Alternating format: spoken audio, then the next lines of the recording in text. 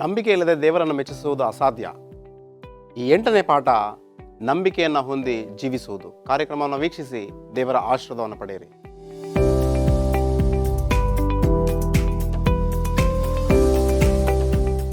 ಸಂಪತ್ಶಾಲೆ ಕಾರ್ಯಕ್ರಮಕ್ಕೆ ನಿಮ್ಮೆಲ್ಲರಿಗೂ ಆದರದ ಸ್ವಾಗತ.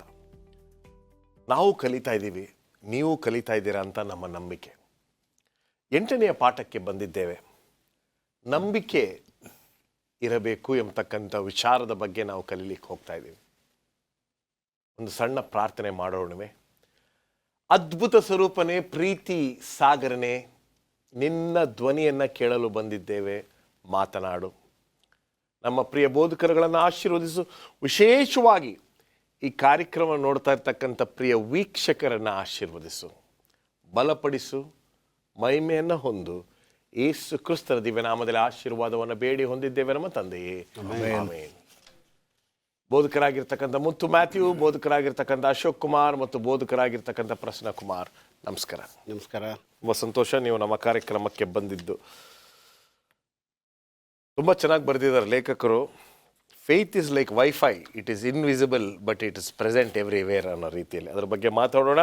ಇಬ್ರಿಯರಿಗೆ ಬರೆದಂಥ ಪತ್ರಿಕೆ 11ನೇ ಅಧ್ಯಾಯ 1ನೇ ವಚನವನ್ನು ನಾವು ಸ್ಮರಣವಾಕ್ಯವಾಗಿ ಓದಿ ಅನಂತರ ಶನಿವಾರದ ಪಾಠಕ್ಕೆ ಹೋಗೋಣ. ವಾಕ್ಯ ಈ ರೀತಿ ಹೇಳುತ್ತೆ, ನಂಬಿಕೆಯೋ ನಾವು ನಿರೀಕ್ಷಿಸುವವುಗಳ ವಿಷಯವಾಗಿ ಭರವಸೆಯಿಂದಿರುವುದು, ಕಣ್ಣಿಗೆ ಕಾಣದವುಗಳನ್ನು ನಿಜವೆಂದು ತಿಳಿದುಕೊಳ್ಳುವುದು ಆಗಿದೆ. ವಂಡರ್ಫುಲ್. ಈಗ ನಾನು ಈಗಾಗಲೇ ಹೇಳಿರೋ ರೀತಿಯಲ್ಲಿ ಈ ವೈಫೈ, ಈಗ ನಮ್ಮ ಈ ಸ್ಟುಡಿಯೋನಲ್ಲೂ ವೈಫೈ ಇದೆ, ನಮಗೆ ಕಣ್ಣು ಕಾಣಿಸಲ್ಲ, ಅದ್ರ ಫೋನ್ ಎತ್ತಿದ್ರೆ ಗೊತ್ತಾಗುತ್ತೆ ವೈಫೈ ಕನೆಕ್ಷನ್ ಆಗಿದೆಯಾ ಇಲ್ವಾ ಅಂತ. ಹೇಳಿ. ಖಂಡಿತವಾಗಿಯೂ ದೇವರನ್ನು ಕಾಣಲಿಕ್ಕೆ ಸಾಧ್ಯವಿಲ್ಲ, ಹಾಗೆಯೇ ನಂಬಿಕೆಯನ್ನು ಸಹ ನಾವು ಕಾಣಲಿಕ್ಕೆ ಸಾಧ್ಯ ಇಲ್ಲ. ಪ್ರಾರ್ಥನೆ, ನಂಬಿಕೆ ಜೊತೆಯಾಗಿರ್ತವೆ. ನಂಬಿಕೆ ಇಲ್ಲದ ಕ್ರಿಯೆ ಸತ್ತಂತೆ ಇದೆ ಎಂಬುದಾಗಿ ಯಾಕೋಬ ಹೇಳ್ತಾನೆ. ಹಾಗೆಯೇ ನಂಬಿಕೆ ಇಲ್ಲದ ಪ್ರಾರ್ಥನೆ ಪ್ರಯೋಜನ ಇಲ್ಲ. ಯಾವ ಪ್ರಾರ್ಥನೆ ಕೇವಲ ನಾವು ವ್ಯಾಕರಣ ಗೊತ್ತು, ನನಗೆ ಲ್ಯಾಂಗ್ವೇಜ್ ಚೆನ್ನಾಗಿ ಗೊತ್ತು, ಅಥವಾ ನಾನು ಜೋರಾಗಿ ಮಾತಾಡಬಲ್ಲೆ ಅಂದ್ಕೊಳ್ಳೋದಲ್ಲ. ಹೃದಯದ ಪ್ರಾರ್ಥನೆ ಎಷ್ಟು ನಂಬಿಕೆ ಇದೆ. ಈಗ ತಾನೇ ನಾವು ಕಳೆದ ಪಾಠದಲ್ಲಿ ಕಲ್ತ್ಕೊಂಡಿದ್ದೆವು, ನೀವು ಏನೇನೇನೋ ಬೇಡ್ಕೊಳ್ತೀರಾ, ನೀವೇನು ಮಾಡಬೇಕು, ಅದು ಸಿಗ್ತದೆ ಎಂಬುದಾಗಿ ನಂಬಿಕೊಳ್ಬೇಕು. ಆ ನಂಬಿಕೆನೇ ಇಲ್ಲ. ಈ ನಂಬಿಕೆ ಎಂಬತಕ್ಕಂಥದ್ದು ಈಗ ಇಬ್ರಿಯರ ಕಾಣೋದಿಲ್ಲ. ಅದು ನಾನು ಒಂದು ದಿವಸ ಅನೇಕ ವರ್ಷಗಳ ಹಿಂದೆ 1979ರಲ್ಲಿ ಮಂಡ್ಯದಲ್ಲಿ ಒಂದು ಬೋಧಕ ಸೇವೆಯನ್ನು ಮಾಡೋದರ ಜೊತೆಯಲ್ಲಿ ಸಾಹಿತ್ಯ ಸೇವೆ ಮಾಡ್ತಾಯಿದ್ದೆ. ಆ ಸಾಹಿತ್ಯ ಸೇವೆಯನ್ನು ಮಾಡುವಾಗ ನೋಡಿ, ಸಾಹಿತ್ಯ ಸೇವಕರಿಗೆ ಒಂದು ಬಲವಾದ ವಿಶ್ವಾಸ, ಯಾರೂ ಗೊತ್ತಿಲ್ಲ ನಮಗೆ, ಆದರೆ ಅವ್ರು ಪುಸ್ತಕ ತಗೊಳ್ತಾರೆ, ಅವ್ರು ನಮಗೆ ಖರ್ಚು ಕೊಡ್ತಾರೆ. ಆಗ ಒಬ್ಬ ಬೋಧಕರನ್ನ ಕರೆದೆ ನಾನು, ಬೋಧಕರೇ ಬನ್ನಿ ನಾವು ಬೆಂಗಳೂರಿಗೆ ಹೋಗೋಣ. ಆಗ ಬೆಂಗಳೂರಿಗೆ ಬರಬೇಕಾದ್ರೆ ₹5 ಅಷ್ಟೇ, ₹5 ಇಲ್ಲ ನಮ್ಮ ಹತ್ರ. ಆಗ ಬೋಧಕರು ಏನು ಹೇಳಿದ್ರು ಅಂದರೆ, ಸೀನಿಯರ್ ಪಾಸ್ಟರ್ ಅವರು, ನೀನು ಹೋಗಿ ಪುಸ್ತಕ ಮಾರ್ಬಿಟ್ಟು ದುಡ್ಡು ತಂದು ತೋರಿಸು, ಆವಾಗ ಬರ್ತೀನಿ ನಾನು ಅಂದರು. ನಂಬಿಕೆ. ಆದರೆ ನಾನು ಆ ವಯಸ್ಸಿನಲ್ಲಿ ಸಣ್ಣವನಾಗಿದ್ದೆ. ಅವ್ರಿಗೆ ಹೇಳಿದೆ, ಪಾಸ್ಟ್ರೇ ನಾನು ಹೋಗ್ತೇನೆ, ನನಗೊಂದು ನಂಬಿಕೆ ಇದೆ, ನನ್ನ ಮ್ಯಾಗಝಿನ್ನ ಒಬ್ಬರು ಖರೀದಿ ಮಾಡ್ತಾರೆ, ಆಗ ₹18 ಒಂದು ವರ್ಷಕ್ಕೆ, ನಾನು ಬರಲ್ಲ ಹಿಂದಕ್ಕೆ, ಹೋಗ್ತೀನಿ ಅಂದೆ. ಖಂಡಿತವಾಗಿಯೂ ಒಬ್ಬರಿಲ್ಲ ಅಂದರು, ಒಬ್ಬರು 3 ತೊಗೊಂಡ, ₹18 ಸಿಕ್ತು. ಹೋಗಿ ಬಸ್ಸಲ್ಲಿ ಕೂತ್ಕೊಂಡೆ. ಬಸ್ಸಲ್ಲಿ ಕೂತ್ಕೊಂಡ ಮೇಲೆ ನಾನು ಹಿಂದಕ್ಕೆ ನೋಡ್ತಾರೆ, ಪಾಸ್ಟ್ರ್ ಕೂತಿದ್ದಾರೆ ಅಲ್ಲಿ. ಪಾಸ್ಟ್ರ್ ಹೇಗೆ? ಇಲ್ಲ, ನಾನು ಎಲ್ಲೆಲ್ಲೋ ಸಾಲ ಮಾಡ್ಕೊಂಡು ಬಂದೆ. ನಂಬಿಲ್ಲ ಪಾಸ್ಟರ್ ನೀವು, ನಾನು ಕರೆದೆ ನಿಮ್ಮನ್ನ ಬನ್ನಿ ಅಂತ. ಹೀಗೆ ಅನೇಕ ಸಾರಿ ನಾವು ನಂಬಿಕೆಯಿಲ್ಲದ ಪ್ರಾರ್ಥನೆ ಮಾಡ್ತೇವೆ, ಆದರೆ ಆ ಪ್ರಾರ್ಥನೆಯಲ್ಲಿ ಕೆಲವು ಉತ್ತರ ಸಿಕ್ಕೋಲ್ಲ ನಮಗೆ. ಕಾರಣ ಎಂದರೆ ನೆಪ ಮಾತ್ರಕ್ಕೆ ಮಾಡ್ತೇವೆ, ಏನೋ ಮಾಡಬೇಕಲ್ಲ ಅದಕ್ಕೋಸ್ಕರ ಮಾಡ್ತೇವೆ ಎಂಬುದಾಗಿ. ಆದರೆ ನಂಬಿಕೆಯಿಂದ ಮಾಡ್ತಕ್ಕಂಥ ಪ್ರಾರ್ಥನೆಯಲ್ಲಿ ಫಲ ಸಿಗುವಂಥದ್ದಾಗಿದೆ ಎಂಬುದನ್ನು ನಾವು ನೋಡ್ತೇವೆ. ಯಾಕೆಂದರೆ ಪ್ರಾರ್ಥನೆ ಮತ್ತು ನಂಬಿಕೆ ಜೊತೆಯಾದ ಹೋಗ್ತವೆ. ನಂಬಿಕೆ ಇಲ್ಲದ ಪ್ರಾರ್ಥನೆ, ಪ್ರಾರ್ಥನೆ ಇಲ್ಲದ ನಂಬಿಕೆ ಇವೆರಡೂ ಫಲ ಕೊಡುವುದಿಲ್ಲ ಎಂಬುದನ್ನು ನಾವು ಕಲ್ತುಕೊಳ್ಬೇಕು. ವಂಡರ್ಫುಲ್. ಮುಂದೆ ಹೋಗೋಣ. ಈ ಭಾನುವಾರದ ಪಾಠಕ್ಕೆ ಹೋದಾಗ ನನಗೆ ಯಾವುದಾದ್ರೂ ಒಂದೇ ಒಂದು ಸೈನನ್ನು ಕೊಡು ಅಥವಾ ಗುರುತನ್ನು ಕೊಡು, ಇದು ಹಳೆ ಒಡಂಬಡಿಕೆಯಲ್ಲಿ ನಡೆದಿದೆ, ಹೊಸ ಒಡಂಬಡಿಕೆಯಲ್ಲಿ ನಡೆದಿದೆ. ಈಗಲೂ ಕೂಡ ನಾನು ನನ್ನ ಹೆಂಡತಿ ಕೂಡ ಅದನ್ನು, if this happens I will take it as a sign from God ಅಂತ ಹೇಳ್ತಾಳೆ. ಹೇಳಿ ಇದ್ರ ಬಗ್ಗೆ ಇನ್ನೂ ಸ್ವಲ್ಪ. ನೋಡಿ, ಸತ್ಯವೇದದಲ್ಲಿ ಹಳೆ ಒಡಂಬಡಿಕೆಯಲ್ಲಿ ಗಿದ್ಯೋನನ್ನು ಪ್ರಾರ್ಥನೆ ಮಾಡಿದಾಗ ಅವನು ಒಂದು ಗುರುತನ್ನು ಕೇಳ್ತಾನೆ. ಸ್ವಾಮಿ, ಈ ರೀತಿ ಆದರೆ ನಾನು ನಂಬ್ತೀನಿ, ನೀನು ನನ್ನ ಜೊತೆ ಮಾತಾಡ್ತಿದ್ಯಾ ಅಂತ. ಆ ಮಂಜಿನ ಒಂದು ಬಟ್ಟೆ ಇಡ್ತಾನೆ, ಅದ್ರ ಸುತ್ತಲೂ ಮಂಜು ಬಿದ್ದರೆ ಬಟ್ಟೆ ಒಣಗಿರಬೇಕು, ಸುತ್ತಲೂ ಮಂಜು ಬಿದ್ದಿರಬೇಕು, ಆಗ ನಾನು ನಂಬ್ತೀನಿ ಅಂತಾನೆ. ಮತ್ತು ಇನ್ನೊಂದು ಸರಿ ಟೆಸ್ಟ್ ಮಾಡ್ತೀನಿ ಅಂತಾನೆ. ಈಗ ಬಟ್ಟೆ ಮೇಲೆ ಮಂಜು ಬಿದ್ದಿರಬೇಕು, ಸುತ್ತಲೂ ಒಣಗಿರಬೇಕು ಅಂತ ಈ ರೀತಿಯಾಗಿ ಕೇಳ್ತಾನೆ. ಆದರೆ ಯೇಸು ಸ್ವಾಮಿಯ ಕಾಲಕ್ಕೆ ಬಂದಾಗ ಆತನ ಹೇಳ್ತಾನೆ, ನಿಮಗೆ ಎಷ್ಟಂತ ನಾನು ನಿನಗೆ ತೋರಿಸ್ಲಿ ಈ ಗುರುತುಗಳನ್ನು. ಏನು ಕೇಳ್ತಾರೆ, ಯೋಹಾನ್ ಶಿಷ್ಯರು ಬಂದು ಯೇಸುಸ್ವಾಮಿನ ಕೇಳ್ತಾರೆ, ನೀನೇ ಬರಬೇಕಾದಂಥ ಮೆಸ್ಸಿನ ಇದಕ್ಕೆ ಉದಾಹರಣೆ ಏನು, ಇದಕ್ಕೆ ಗುರುತೇನು ಅಂತ ಕೇಳಿದಾಗ ಯೇಸುಸ್ವಾಮಿ ಹೇಳ್ತಾರೆ, ಎಷ್ಟು ಜನ ಸ್ವಸ್ಥತೆ ಹೊಂದ್ತಾ ಇದ್ದಾರೆ, ಎಷ್ಟು ಜನ ಕಣ್ಣು ಕಾಣ್ತಾ ಇದೆ, ಎಷ್ಟು ಜನಕ್ಕೆ ಆರೋಗ್ಯ ಬರ್ತಾ ಇದೆ, ಇವೆಲ್ಲವನ್ನು ನೋಡಿದಾಗ ನೀವು ಇದರಲ್ಲಿ ಕಂಡಿಡ್ಕೋಬೇಕು ಏನಂತ, ಇದು ದೇವರ ಕಾರ್ಯಗಳು ಎಂಬುದಾಗಿ. ನಾವು ಪ್ರಾರ್ಥಿಸುವಾಗ ನಮ್ಮ ನಂಬಿಕೆಗೆ ತಕ್ಕನಾದಂಥ ಕೆಲವು ಗುರುತುಗಳನ್ನು ದೇವರು ನಮ್ಗೆ ನೀಡ್ತಾನೆ. ಕೆಲವು ಸಮಯದಲ್ಲಿ ಅದು ನೀಡದೇ ಇದ್ದರೂ ಕೂಡ ನಾವೇನಾಗಬೇಕು, ಆ ನಂಬಿಕೆಯಲ್ಲಿ ಭದ್ರವಾಗಿ ನಿಂತ್ಕೊಳ್ಬೇಕು. ಯಾಕಂದರೆ ಪ್ರಾರ್ಥನೆ ಅನ್ನುವಂಥದ್ದು ಇಟ್ಸ್ ನಾಟ್ ಎವಿಡೆನ್ಸ್ ಬೇಸ್ಡ್. ನಾವು ಎವಿಡೆನ್ಸ್ ಬೇಸ್ಡ್ ಅಂತ ಹೋದಾಗ ಅದು ಸೈನ್ಸ್ ಆಗುತ್ತೆ, ನಂಬಿಕೆ ಆಗೋದಿಲ್ಲ. ವಿಜ್ಞಾನ ಅನ್ನುವಂಥದ್ದು ಅದಕ್ಕೆ ಗುರುತುಗಳು ಬೇಕಾಗುತ್ತೆ, ಅದಕ್ಕೆ ರಿಸಲ್ಟ್ಸ್ ಬೇಕಾಗುತ್ತೆ. ಆದರೆ ಪ್ರಾರ್ಥನೆ ಅನ್ನೋದು ಕೇವಲ ದೇವರ ಜೊತೆ ನಮಗಿರುವಂಥ ನಿರಂತರವಾದಂಥ ನಂಬಿಕೆ. ಈಗ ನಾವು ಓದಂಥ ರೀತಿಯಲ್ಲಿ ಹೀಬ್ರಿಯರಿಗೆ ಬರೆದ ಪತ್ರಿಕೆ 11ನೇ ಅಧ್ಯಾಯದಲ್ಲಿ ನಾವು ಓದೋ ರೀತಿಯಲ್ಲಿ ಕಣ್ಣಿಗೆ ಕಾಣಿಸೋದಿಲ್ಲ, ಆದರೂ ಅದನ್ನು ನಾವೇನು ಮಾಡ್ತೀವಿ, ಸ್ವೀಕಾರ ಮಾಡ್ತೀವಿ. ಅದು ನಮ್ಮ ಮನಸ್ಸಿಗೆ ಗೋಚರ ಆಗೋದಿಲ್ಲ, ಆದರೂ ನಾವು ಅದನ್ನು ಇದೆ ಅಂತ ನಾವು ಸ್ವೀಕಾರ ಮಾಡ್ತೀವಿ. ಸೊ ದೇವರ ಜೊತೆ ನಾವು ವಿಶ್ವಾಸದಲ್ಲಿ ಪ್ರಾರ್ಥನೆ ಮಾಡಬೇಕಾದ್ರೆ ಆ ವಿಶ್ವಾಸದ ಪ್ರಾರ್ಥನೆಯಲ್ಲಿ ಕೆಲವೊಂದು ಸಾರಿ ದೇವರು ನಮಗೆ ಸೂಚನೆಗಳನ್ನು ತೋರಿಸ್ತಾನೆ, ಕೆಲವೊಂದು ಸಾರಿ ಸೂಚನೆಗಳನ್ನು ತೋರಿಸೋದಿಲ್ಲ. ಆದರೆ ಆತನು ನಮಗೆ ಅದನ್ನು ದಯಪಾಲಿಸ್ತಾನೆ ಅನ್ನುವಂಥ ನಂಬಿಕೆಯಲ್ಲಿ ನಾವು ಪ್ರಾರ್ಥನೆ ಮಾಡಿದಾಗ ದೇವರು ಖಂಡಿತವಾಗಲೂ ನಮ್ಮ ಪ್ರಾರ್ಥನೆಯನ್ನು ಕೇಳ್ತಾನೆ. ಆ ಪ್ರಾರ್ಥನೆಗೆ ಆತನು ಉತ್ತರ ಕೊಟ್ಟರೂ ಸರಿ, ಕೊಡದೇ ಇದ್ದರೂ ಸರಿ, ಪ್ರಾರ್ಥನೆ ಅನ್ನುವಂಥದ್ದು ನಮ್ಮ ಜೊತೆ, ದೇವರ ಜೊತೆ ನಮಗಿರುವಂಥ ನಿರಂತರ ಸಂಪರ್ಕವನ್ನು ಸಾಧಿಸುವಂಥದ್ದು. ಅದರಲ್ಲಿ ಯಾವುದೇ ರೀತಿಯ ಗುರುತುಗಳನ್ನಾಗಲಿ ಅದ್ಭುತಗಳನ್ನಾಗಲಿ ನಾವು ಎದುರು ನೋಡಬಾರ್ದು ಅನ್ನೋದನ್ನು ಈ ವಾರದ ಪಾಠದಲ್ಲಿ ನಾವು ನೋಡ್ತೇವೆ. ನೋಡದೆ ನಂಬುವವರು ಧನ್ಯರು ಅಲ್ವೇ? ಒಂದು ಸಣ್ಣ ವಿರಾಮ. ಮರಳಿ ಸ್ವಾಗತ. ಬನ್ನಿ, ಪ್ರಾರ್ಥನೆಯ ಒಂದು ಮಹತ್ವವನ್ನು ನಾವು ಕಲಿತಾ ಇದ್ದೇವೆ. ಅದರಲ್ಲೂ ವಿಶೇಷವಾಗಿ ಪ್ರಾರ್ಥನೆ ಮಾಡುವಾಗ ಮೊಣಕಾಲೂರಿ ಒಂದು ವಿಷಯವನ್ನ ನಾವು ದೇವರ ಬಳಿಯಲ್ಲಿ ಹೇಳುವಾಗ ನಮ್ಮ ಹೃದಯದಲ್ಲಿ, ನಮ್ಮ ಆಲೋಚನೆಯಲ್ಲಿ ಇರ್ತಕ್ಕಂಥ ನಂಬಿಕೆಯನ್ನು ದೇವರು ನೋಡ್ತಾನೆ ಅಂತ ಹೇಳಿದ್ರೆ ನೀವು ಎಷ್ಟು ಜನ ನಂಬ್ತೀರಾ? ಬನ್ನಿ, ಇದರ ಬಗ್ಗೆ ನಾವು ಚರ್ಚೆ ಮಾಡೋಣ.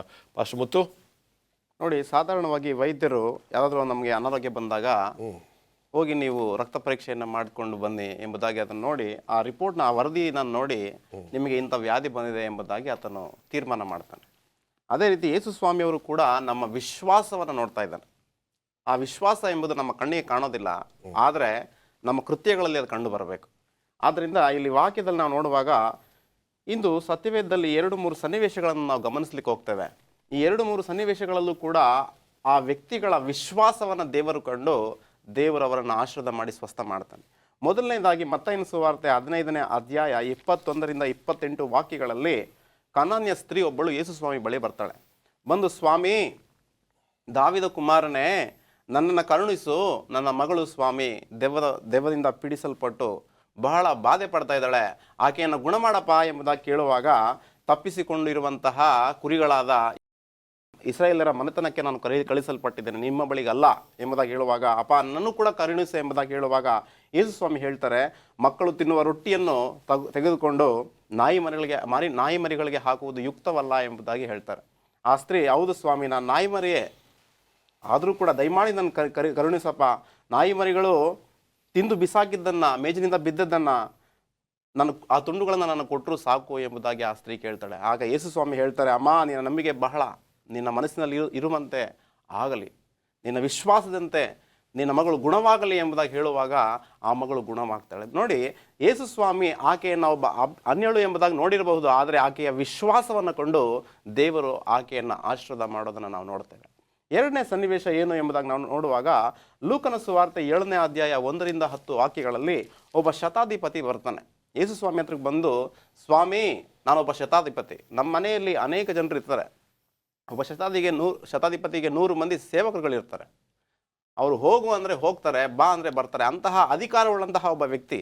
ಆ ವ್ಯಕ್ತಿ ಯೇಸು ಸ್ವಾಮಿ ಬಳಿ ಬಂದು ಹೇಳ್ತಾನೆ, ಸ್ವಾಮಿ ನನ್ನ ಆಳು ಅನಾರೋಗ್ಯದಿಂದ ಬಳಲ್ತಿದ್ದಾನಪ್ಪ, ದಯಮಾಡಿ ಆ ಮಗನನ್ನು ಗುಣ ಮಾಡು ಎಂಬುದಾಗಿ ಹೇಳುವಾಗ ಯೇಸು ಸ್ವಾಮಿ ಹೇಳ್ತಾರೆ, ನಾನು ಬಂದು ಆ ವ್ಯಕ್ತಿಯನ್ನು ಗುಣ ಮಾಡ್ತೇನೆ ಎಂಬುದಾಗಿ ಹೇಳುವಾಗ ಶತಾಧಿಪತಿ ಹೇಳ್ತಾನೆ, ಬೇಡ ಸ್ವಾಮಿ, ನೀನು ನನ್ನ ಮನೆಗೆ ಬರುವಷ್ಟು ಯೋಗ್ಯನೂ ಅರ್ಹನು ನಾನಲ್ಲ, ದಯಮಾಡಿ ನಿನ್ನ ಮಾತು ಮಾತ್ರ ಸಾಕಪ್ಪ, ನಿನ್ನ ಮಾತೇ ಅದನ್ನು ಗುಣ ಮಾಡಬಲ್ಲದು ಎಂಬುದಾಗಿ ಹೇಳುವಾಗ ಇಸ್ರೇಲರಲ್ಲಿ ಇಂತಹ ಒಂದು ಅದ್ಭುತವಂತಹ ವಿಶ್ವಾಸ ನಾನು ಯಾರಲ್ಲೂ ಕೂಡ ಕಂಡಿಲ್ಲ ಎಂಬುದಾಗಿ ಯೇಸು ಸ್ವಾಮಿ ಅವರು ಹೇಳ್ತಾರೆ. ಆದ್ದರಿಂದ ಆ ವ್ಯಕ್ತಿಯನ್ನು ಕೂಡ ಯೇಸು ಸ್ವಾಮಿ ಸ್ವಸ್ಥ ಮಾಡ್ತಾರೆ, ಆ ಶತಾಧಿಪತಿಯಲ್ಲಿದ್ದಂತಹ ವಿಶ್ವಾಸವನ್ನು ಕಂಡು. ಆದ್ದರಿಂದ ಇಂದು ನಾವು ಪ್ರಾರ್ಥನೆ ಮಾಡುವಾಗ ನಮ್ಮ ವಿಶ್ವಾಸ ಯಾವ ರೀತಿ ಇದೆ ಎಂಬುದನ್ನು ನಮ್ಮನ್ನು ನಾವೇ ಒಮ್ಮೆ ಪ್ರಶ್ನೆ ಮಾಡಿಕೊಳ್ಬೇಕು. ನೋಡಿ, ಮಾರ್ಕನ ಸುವಾರ್ತೆ 9ನೇ ಅಧ್ಯಾಯದಲ್ಲೂ ಕೂಡ ಒಂದು ಸನ್ನಿವೇಶವನ್ನು ನಾವು ಕಾಣ್ತೇವೆ. ಯೇಸು ಸ್ವಾಮಿಯವರ ಶಿಷ್ಯರು ಅಪೋಸ್ತಲರು ಒಬ್ಬ ದೆವ್ವ ಹಿಡಿದವನನ್ನು ಸ್ವಸ್ಥ ಮಾಡಲಿಕ್ಕೆ ಪ್ರಯತ್ನ ಮಾಡ್ತಾರೆ, ಆಗೋದಿಲ್ಲ. ಆಗ ಯೇಸು ಸ್ವಾಮಿ ಬಳಿಯಲ್ಲಿ ಓಡಿ ಬಂದು ಆ ಮಗನ ತಂದೆ ಹೇಳ್ತಾರೆ, ಸ್ವಾಮಿ, ನಿನ್ನ ಶಿಷ್ಯರು ಇದನ್ನು ಮಾಡಲಿಕ್ಕಾಗಿಲ್ಲ, ಒಂದು ವೇಳೆ ನಿನ್ನಲ್ಲಿ ಸಾಧ್ಯವಾಗುತ್ತೇನೋ ನೋಡಪ್ಪ ಎಂಬುದಾಗಿ ಹೇಳುವಾಗ, ನೀನು ವಿಶ್ವಾಸ ಬಿಟ್ಟಲ್ಲಿ ಸಮಸ್ತವೂ ಕೂಡ ದೇವರಿಗೆ ಸಾಧ್ಯ ಎಂಬುದಾಗಿ ಹೇಳುವಾಗ ಆಕೆ, ಸ್ವಾಮಿ ನಾನು ನಂಬ್ತೇನೆ, ನನ್ನ ವಿಶ್ವಾಸ ಒಂದು ವೇಳೆ ಕಡಿಮೆಯಾಗಿದ್ದಲ್ಲಿ ನನಗೆ ಸಹಾಯ ಮಾಡಪ್ಪ ಎಂಬುದಾಗಿ ಹೇಳ್ತಾನೆ. ಆದ್ದರಿಂದ ವಿಶ್ವಾಸ ಎಂಬುದು ಬಹಳ ಬಹಳ ಪ್ರಾಮುಖ್ಯ. ಆ ವಿಶ್ವಾಸವಿಲ್ಲದೆ ದೇವರಿಗೆ ನಾವು ಮೆಚ್ಚುಗೆಯಾಗಿರಲು ಸಾಧ್ಯವೇ ಇಲ್ಲ. ನಾವು ದೇವರನ್ನು ಮೆಚ್ಚಿಸಬೇಕು ಅಂತಂದರೆ, ದೇವರಿಗೆ ನಾವು ಸಮರ್ಪಕವಾಗಿ ಜೀವಿಸಬೇಕು ಅಂತಂದರೆ ಆತನನ್ನು ನಂಬಬೇಕು, ಆತನ ಬಲವನ್ನು ನಂಬಬೇಕು, ಆತನ ಸಾರ್ವಭೌಮಾಧಿಕಾರವನ್ನು ಸ್ವೀಕಾರ ಮಾಡಬೇಕು. ಆಗ ತಾನೇ ದೇವರು ನಮ್ಮನ್ನು ಮೆಚ್ಚುವಂತವನಾಗಿದ್ದಾನೆ. ವಂಡರ್ಫುಲ್. ಈಗ ಎಷ್ಟೋ ಸಂದರ್ಭಗಳಲ್ಲಿ ದೇವರು ಇದನ್ನು ನಿಜವಾಗ್ಲೂ ನಮಗೆ ಕೊಡ್ತಾನ ಇಲ್ವಾ ಅನ್ನೋ ಒಂದು ಅನುಮಾನ ಕೂಡ ಎಲ್ಲೋ ಒಂದು ಕಡೆ ಇರ್ತದೆ ನಮ್ಮ ಬ್ಯಾಕ್ಗ್ರೌಂಡಲ್ಲಿ, ನಮ್ಮ ಆಲೋಚನೆಗಳಲ್ಲಿ. ಅಯ್ಯೋ ಇದು ಆಗುತ್ತಾ ಇದು ಎಂಬತಕ್ಕಂಥ ಯೋಚನೆ ಬರ್ತದೆ. ಆದರೆ ದೇವರು ನಮ್ಮನ್ನು ಈ ಪಾಠದ ಮೂಲಕ ತಿಳಿಸ್ತಾ ಇರತಕ್ಕಂಥ ನಂಬಿಕೆಯಲ್ಲಿ ಕೇಳಿ ನಿಮಗೆ ಸಿಗುತ್ತೆ ಅಂತ ನಾವು ನೋಡ್ತೀವಿ. ಮುಂದೆ ಹೋಗೋಣ. ಇದು ಒಂದು ವಂಡರ್ಫುಲ್ ಟಾಪಿಕ್. ಎಷ್ಟೋ ಸಂದರ್ಭದಲ್ಲಿ ನಾವು ನೋಡಿದ್ದೇವೆ. ಆದರೆ ಫೇತ್ ಅಥವಾ ನಂಬಿಕೆ ಎಂಬತಕ್ಕಂಥದ್ದು ಇದು ಒಂದು ರೀತಿಯಾಗಿರ್ತಕ್ಕಂಥ ಫೀಲಿಂಗ್ ಅಲ್ಲ. Faith is not A feeling ಅಂತ ಹೇಳ್ತಾರೆ. ಹೇಳಿ ಪಾಸ್ಟರ್ ಪ್ರಸನ್ನ. ಖಂಡಿತವಾಗಿಯೂ ನಂಬಿಕೆ ಎಂಬತಕ್ಕಂಥದ್ದು ಮೊದಲೇ ಹೇಳಿದಾಗೆ ಅದನ್ನು ಕಾಣೋದಿಲ್ಲ ನೀವು, ಅದೊಂದು ಭಾವನೆ ಅಲ್ಲ, ನೀವು ವ್ಯಕ್ತಪಡಿಸ್ಲಿಕ್ಕೆ ಆಗೋದಿಲ್ಲ. ಆದರೆ ಅದನ್ನು ಕಾರ್ಯರೂಪಕ್ಕೆ ತರ್ಬೋದು. ಸ್ವಾಮಿ ಹೇಳ್ತಾನೆ, ಮತ್ತಾಯನ ಬರೆದ ಸುವಾರ್ತೆ 17ನೇ 20ನೇ ವರ್ಷದಲ್ಲಿ, ನಿಮಗೆ ಸಾಸಿವೆ ಕಾಳಿನಷ್ಟು ನಂಬಿಕೆ ಇದ್ದರೆ ಒಂದು ಬೆಟ್ಟವನ್ನು ಸಹ ಇಲ್ಲಿಂದ ನೀವು ಇನ್ನೊಂದು ಸ್ಥಳಕ್ಕೆ ಜರುಗಿಸಬಹುದು ಎಂಬುದಾಗಿ.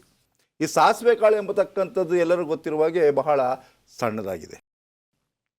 ಅನೇಕ ಸಾರಿ ನಾವು ತಿಳ್ಕೊಳ್ಬೋದು, ಏನು ಸರ್ ನಾವು 40 ವರ್ಷ ಕ್ರೈಸ್ತರಾಗಿದ್ದೀವಿ, 60 ವರ್ಷ ಕ್ರೈಸ್ತರಾಗಿದ್ದೀವಿ, ನಮ್ಮ ತಾತ ಎಲ್ಲ ಕ್ರೈಸ್ತರಾಗಿ, ಅಷ್ಟು ನಂಬಿಕೆ ಇಲ್ವ ನಮಗೆ ಅಲ್ವಾ? ಆದರೆ ಸ್ವಾಮಿ ಹೇಳ್ತಾನೆ, ಶಿಷ್ಯರಿಗೆ ಹೇಳ್ದ, ನಿಮಗೆ ಆ ನಂಬಿಕೆ ಇಲ್ಲ, ಯಾಕೆಂದರೆ ಫಲ ಬರ್ತಾ ಇಲ್ಲ.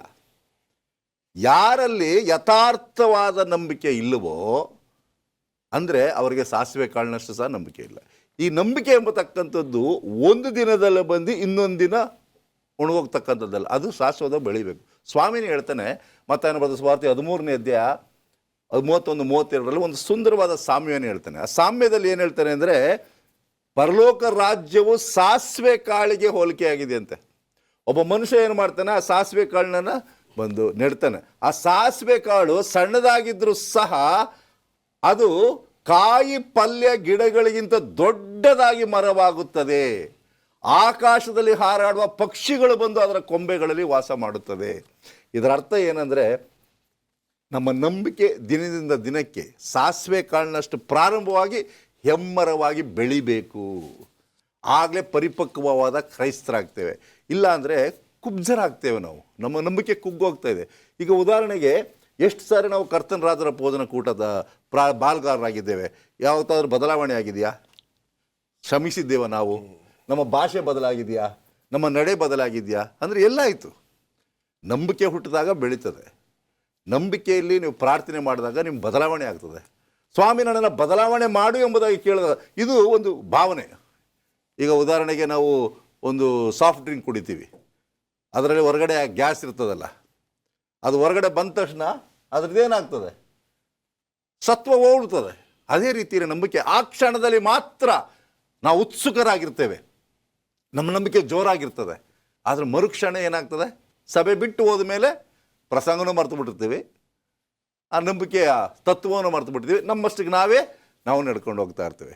ಸೊ ಹೀಗಿರುವಾಗ ನಾವು ಈ ನಂಬಿಕೆಯನ್ನು ಕೇವಲ ಒಂದು ಭಾವನೆ ಎಂಬುದಾಗಿ ತಿಳ್ಕೊಳ್ಳದೆ ಅದು ನಿಜವಾಗ್ಲೂ ನನ್ನಲ್ಲಿ ಕಾರ್ಯರೂಪವಾಗಿರಬೇಕು. ಕಾರ್ಯಗತವಾದ ಪ್ರಾರ್ಥನೆನ ಸ್ವಾಮಿ ಕೇಳ್ತಾನೆ, ನಂಬಿಕೆಯ ಪ್ರಾರ್ಥನೆನ ಕೇಳ್ತಾನೆ. ಯಾಕೆಂದರೆ ನಂಬಿಕೆಯಲ್ಲಿ ನಾವು ದೇವರನ್ನು ಮೆಚ್ಚಿಸಲು ಸಾಧ್ಯವಿಲ್ಲ. ಸ್ವಾಮಿ ಆ ಹುಡುಗನಿಗೆ ಹೇಳ್ತಾನೆ, ನಾನು ನಿನ್ನ ಗುಣಪಡಿಸಿದೆ ಮತ್ತೀಯಾ, ನಂಬುತ್ತೇನೆ ಸ್ವಾಮಿ, ನನ್ನ ನಂಬಿಕೆ ಕಡಿಮೆ ಆಗಿದ್ದರೆ ದಯವಿಟ್ಟು ಹೆಚ್ಚಿಸು ಎಂಬುದಾಗಿ. ಶಿಷ್ಯರು ಕೇಳ್ಕೊಳ್ತಾರೆ ಸ್ವಾಮಿಯನ್ನು, ಸ್ವಾಮಿ ನಮ್ಮ ನಂಬಿಕೆ ಕಡಿಮೆ ಆಗಿದೆ, ಅದನ್ನು ಹೆಚ್ಚಿಸು ಎಂಬುದಾಗಿ. ಇವತ್ತು ನಾವು ಸಹ ಕೇಳ್ಕೊಳ್ಬೇಕು, ಪ್ರತಿಯೊಬ್ಬರು ಸಹ ನಂಬಿಕೆ ಸಾಲದು ನಮಗೆ, ಸ್ವಾಮಿ ನಮ್ಮ ನಂಬಿಕೆಯನ್ನು ಹೆಚ್ಚಿಸು, ನಿನ್ನ ರಾಜ್ಯದಲ್ಲಿ ನಮ್ಮನ್ನು ಸ್ವೀಕಾರ ಮಾಡಿ ಎಂಬುದಾಗಿ ಕೇಳ್ಕೊಳ್ಬೇಕು. ವಂಡರ್ಫುಲ್. ಒಂದು ಸಣ್ಣ ವಿರಾಮ. ಅಂತಿಮ ಭಾಗಕ್ಕೆ ಬಂದಿದ್ದೇವೆ. ಪ್ರಾರ್ಥನೆ ಯಾವ ರೀತಿ ಮಾಡಬೇಕು, ಅದಕ್ಕೆ ಏನು ಅಗತ್ಯಗಳಿವೆ ಎಂಬತಕ್ಕಂಥ ವಿಷಯವನ್ನು ಈಗಾಗಲೇ ಚರ್ಚೆ ಮಾಡಿದ್ದೇವೆ. ನಂಬಿಕೆ ಬೇಕಾಗಿದೆ ಪ್ರಾರ್ಥನೆಯಲ್ಲಿ, ತುಂಬ ಮುಖ್ಯವಾಗಿರ್ತಕ್ಕಂಥ ಮೊದಲನೆಯ ಒಂದು ವಿಷಯ. ಈಗ ಸತ್ಯವೇದದಲ್ಲಿ ಆ ಉದಾಹರಣೆಗಳನ್ನು ನೋಡಿ ನಂಬಿಕೆಯನ್ನು ಯಾವ ರೀತಿ ಬೆಳೆಸ್ಕೊಳ್ಳೋದು ಎಂಬತಕ್ಕಂಥದ್ದನ್ನು ನಾವು ಅರ್ಥ ಮಾಡಿಕೊಳ್ಳೋಣ. ಬೋಧಕರಾಗಿರ್ತಕ್ಕಂಥ ಅಶೋಕ್ ಕುಮಾರ್ ಹೇಳಿ ಸರ್. ಈಗ ಈ ವಿಶ್ವಾಸಕ್ಕೆ ಬೇಕಾದಂಥ ಕೆಲವು ಉದಾಹರಣೆಗಳನ್ನು ನಾವು ನೋಡಬೇಕಾದ್ರೆ ಇಬ್ರಿಯರಿಗೆ ಬರೆದ ಪತ್ರಿಕೆ 11ನೇ ಅಧ್ಯಾಯದಲ್ಲಿ ಅನೇಕ ಉದಾಹರಣೆಗಳನ್ನು ಇಲ್ಲಿ ನಾವು ನೋಡ್ತೇವೆ. ನಾವು 1ನೇ ವಚನದಿಂದ ನಾವು ನೋಡಬೇಕಾದ್ರೆ ನಂಬಿಕೆ ಅಂದರೆ ಏನು ಎಂಬುದನ್ನು ಅಲ್ಲಿ ದೃಢಪಡಿಸ್ತಾರೆ. ನಂಬಿಕೆಗೆ ಒಂದು ವ್ಯಾಖ್ಯಾನವನ್ನು ಕೊಡ್ತಾರೆ. ಈ ವ್ಯಾಖ್ಯಾನದ ನಂತರ ಬರುವಂಥ ಎಲ್ಲ ವಚನಗಳಲ್ಲಿ ನಂಬಿಕೆ ಯಾವ ರೀತಿ ಇರಬೇಕು, ದೇವರು ಯಾವ ರೀತಿ ನಾವು ನಂಬಬೇಕು ಅನ್ನೋದನ್ನು, ಯಾಕೆ ನಾವು ನಂಬಬೇಕು ಅನ್ನೋದನ್ನು 3ನೇ ವಚನದಲ್ಲಿ ದೇವರು ಮತ್ತು ಆತನ ಸೃಷ್ಟಿಯ ಕಾರ್ಯದ ಬಗ್ಗೆ ವರ್ಣಿಸ್ತಾರೆ.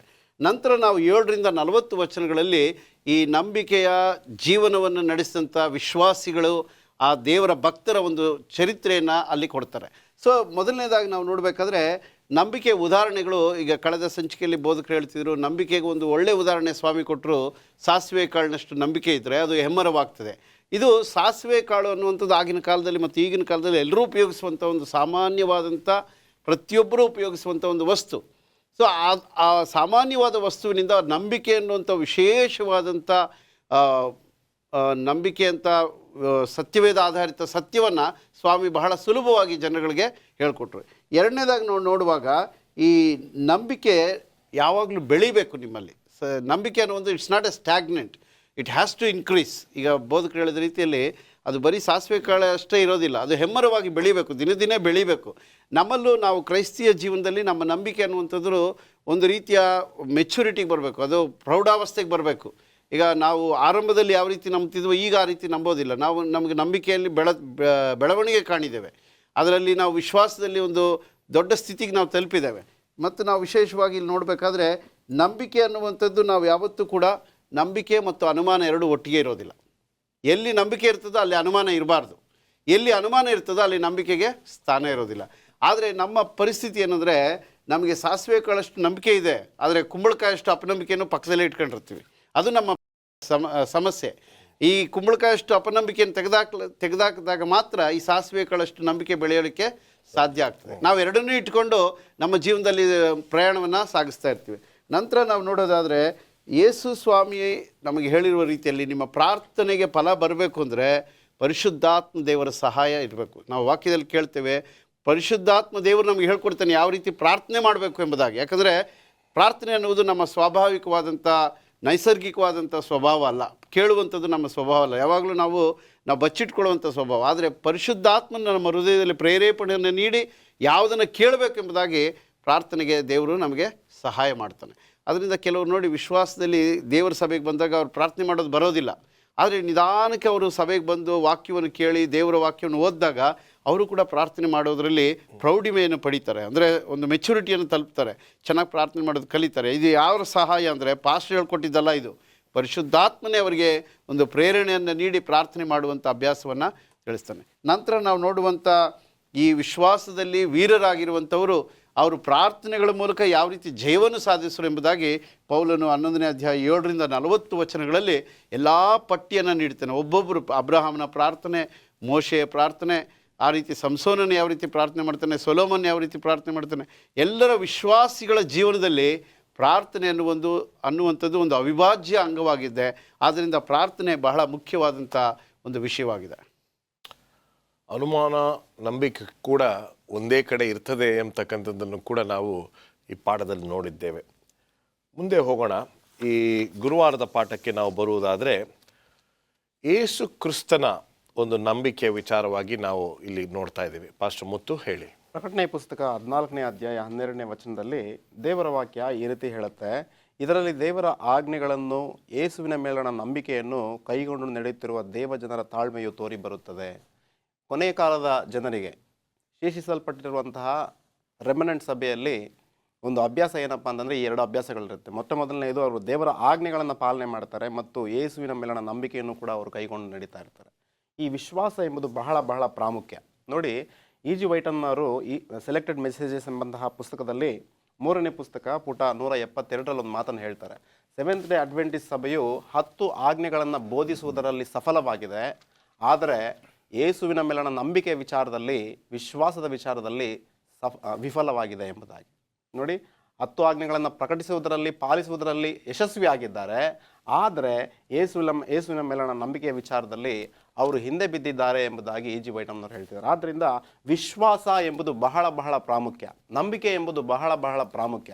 ಈ ವಿಶ್ವಾಸ ನಂಬಿಕೆಗಳಲ್ಲಿ ದಿನೇ ದಿನ ಏನು ಮಾಡಬೇಕಪ್ಪ ಅಂತಂದರೆ ಬೆಳೀತಾ ಇರಬೇಕು, ಮೆಚುರಿಟಿಯನ್ನು ಹೊಂದ್ತಾ ಇರಬೇಕು. ಆಗ ತಾನೇ ನಾವು ಕ್ರಿಸ್ತನ ಮಕ್ಕಳಾಗಲಿಕ್ಕೆ ಸಾಧ್ಯವಾಗುತ್ತೆ. ನೋಡಿ, ಯೇಸು ಸ್ವಾಮಿಯವರು ಮತ್ತಾಯನ ಸುವಾರ್ತೆ 26ನೇ ಅಧ್ಯಾಯದಲ್ಲಿ ಪ್ರಾರ್ಥನೆಯನ್ನು ಮಾಡ್ತಾರೆ.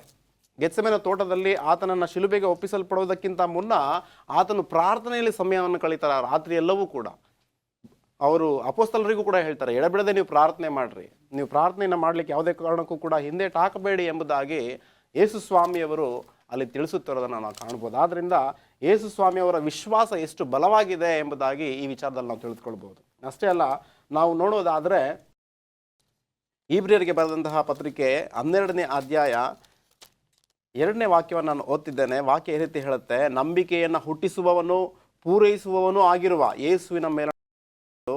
ಯೇಸುವಿನ ಮೇಲೆ ದೃಷ್ಟಿ ಇಟ್ಟು ನಮಗೆ ನೇಮಕವಾದ ಓಟವನ್ನು ಸ್ಥಿರಚಿತ್ತದಿಂದ ಓಡೋಣ ಎಂಬುದಾಗಿ ಪೌಲನು ಹೇಳ್ತಿದ್ದಾನೆ. ಆದ್ದರಿಂದ ನಮ್ಮ ವಿಶ್ವಾಸವನ್ನು ಬೆಳೆಸುವಾತನು, ಬಲಗೊಳಿಸುವಾತನು ದೇವರು ಮಾತ್ರ, ಯೇಸು ಸ್ವಾಮಿಯವರು ಮಾತ್ರ. ನಮ್ಮ ನಂಬಿಕೆಗೆ ಕಾರಣ ಆತನೇ. ಆದ್ದರಿಂದ ಆತನ ಮೇಲೆ ನಾವು ನಂಬಿಕೆ ಇಟ್ಟು, ಸ್ವಾಮಿ ನನ್ನಲ್ಲಿ ವಿಶ್ವಾಸ ಕಡಿಮೆ ಇದೆ, ನನ್ನ ವಿಶ್ವಾಸವನ್ನು ಬಲಗೊಳಿಸು, ನನಗೆ ಬೇಕಾದಂತಹ ನಂಬಿಕೆಯನ್ನು ಕೊಡು ಎಂಬುದಾಗಿ ದೇವರನ್ನು ನಾವು ಬೇಡಿಕೊಳ್ಳುವಾಗ ದೇವರು ತಾನೇ ನಮಗೆ ಆ ವಿಶ್ವಾಸವನ್ನು ಕೊಡುವಂಥವನಾಗಿದ್ದಾನೆ. ಚೆನ್ನಾಗಿ ಪ್ರಾರ್ಥನೆ ಮಾಡೋಣ. ಹೇಳಿ ಪಾಸ್ಟರ್ ಅಶೋಕ್. ಈ ಪಾಠದಲ್ಲಿ ದ ಫೇತ್ ಆಫ್ ಜೀಸಸ್, ಈಗ ಅವ್ರು ಹೇಳಿದ್ದು ಯೇಸುವಿನ ಮೇಲಿನ ನಂಬಿಕೆ, ಫೇತ್ ಇನ್ ಜೀಸಸ್ ಬೇರೆ, ಫೇತ್ ಆಫ್ ಜೀಸಸ್ ಇಸ್ ಬೇರೆ. ಯೇಸುವಿನ ನಂಬಿಕೆ ನಮ್ಮಲ್ಲಿ ಇರಬೇಕು, ಯೇಸುವಿನ ಮೇಲೆ ನಂಬಿಕೆ ಬೇರೆ. ಯಾಕಂದರೆ ಫೇತ್ ಆಫ್ ಜೀಸಸ್ ಅಂದರೆ ಯೇಸು ಕ್ರಿಸ್ತನಿಗಿದ್ದಂಥ ನಂಬಿಕೆ ನಮಗಿರಬೇಕು. ಅಷ್ಟು ನಂಬಿಗಸ್ತರಾಗಿ ನಾವು ಇರಲಿಕ್ಕೆ ದೇವರು ನಮ್ಮನ್ನು ಸಿದ್ಧಪಡಿಸ್ತಾ ಇದ್ದಾನೆ. ಈಗ ಯೇಸುವನ್ನು ಎಲ್ಲರೂ ನಂಬ್ತಾರೆ, ಹಿಂದೂಗಳು ನಂಬ್ತಾರೆ, ಬೇರೆ ಅನ್ಯ ಧರ್ಮದವರು ನಂಬ್ತಾರೆ. ಆದರೆ ನಮ್ಮ ನಂಬಿಕೆ ಕ್ರಿಸ್ತನು ದೇವರ ಮೇಲಿಟ್ಟಂಥ ನಂಬಿಕೆ, ನಾವು ಅದನ್ನು ಅನುಸರಿಸಿದಾಗ ಆ ನಂಬಿಕೆ ನಮಗೆ ಬರಬೇಕಾಗುತ್ತೆ. ನೋಡ್ರಿ, ಹೇಳಿಪ್ಪ. ಅದು ಮಾತ್ರ ಅಲ್ಲ, ದುರಾದೃಷ್ಟಕರ ಏನಂದರೆ ಎಫೆಸ ಸಭೆಗೆ ಸ್ವಾಮಿ ಹೇಳ್ತಕ್ಕಂಥದ್ದು, ಮೊದಲನೇ ಪ್ರೀತಿ ಬಿಟ್ಬಿಟ್ಟಿದ್ಯಾ ಅಂತ. ಅಂದರೆ ಪ್ರಾರಂಭದಲ್ಲಿದ್ದಂಥ ಪ್ರೀತಿ, ನಂಬಿಕೆ, ತಾಳ್ಮೆ, ವಿಶ್ವಾಸ ಇವೆಲ್ಲ ಬೆಳೀತಾ ಕಡಿಮೆ ಆಗ್ತಾ ಇದೆ. ಯೇಸು ಸ್ವಾಮಿನೇ ಇರುವಾಗ ದೊಡ್ಡವ್ರಿಗೆಲ್ಲ ಒಂದು ಪಾಠ ಕಲಿಸಿದ್ದು. ಮಾರ್ಕನ ಬರೆದ ಸುವಾರ್ತೆ 15ನೇದಲ್ಲಿ, ಯಾರಿಂದ ಕಲೀರಿ ನಂಬಿಕೆಯನ್ನು? ಮಕ್ಕಳಿಂದ ಕಲೀರಿ. ವಂಡರ್ಫುಲ್.